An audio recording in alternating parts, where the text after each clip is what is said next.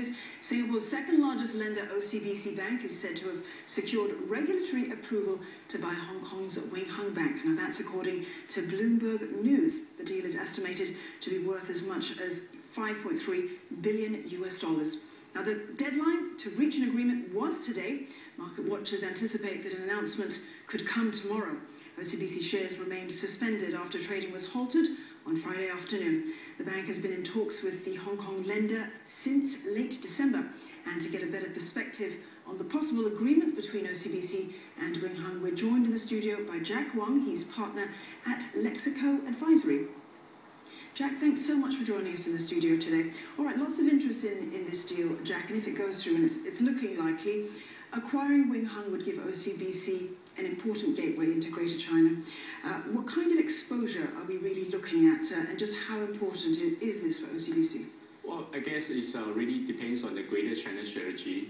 Wing Hang deal would actually provide them with very strong networks in terms of Hong Kong as well as Guangdong province for China. So it's one of the very important piece for OCBC to improve the depth and breadth of the platform for their corporate clients.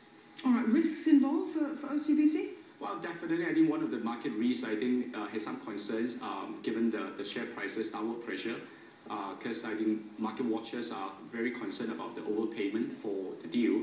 And of course, I think like any deal, for banks, I think it's very important for China clients. You look at the non-performing aspect of the loan portfolio, which might pose risk, and also, of course, derivative business aspect of it.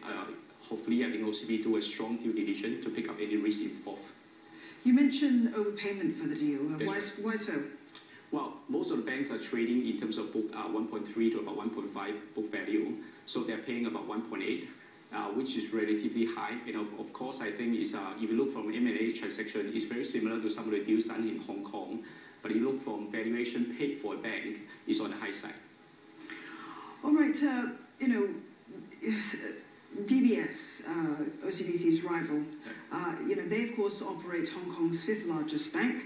If this deal goes through, is it going to put pressure on, say, UOB perhaps to do something similar with another M&A? Well, definitely. I think in a way, yes. OCBC as well as DBS is really making deals in Hong Kong to penetrate Chinese market, and now it's probably OUB's turn to really improve their offering for the clients.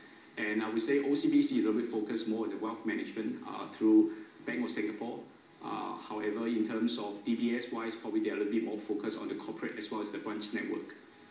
All right, turning to OCBC's Singapore business, what impact, will ongoing government measures right here in Singapore do to actually to impact the bank's bottom line? I mean, in terms of the property curbs. Well, definitely in terms of the loan portfolio for the property will slow down because of all the restrictions from the government. But lately, the Federal Reserve actually announced the raise of interest rate. So I would expect the interest income from the existing portfolio to go up, which balances off, I think, the pressure in terms of slowing down all the property portfolio.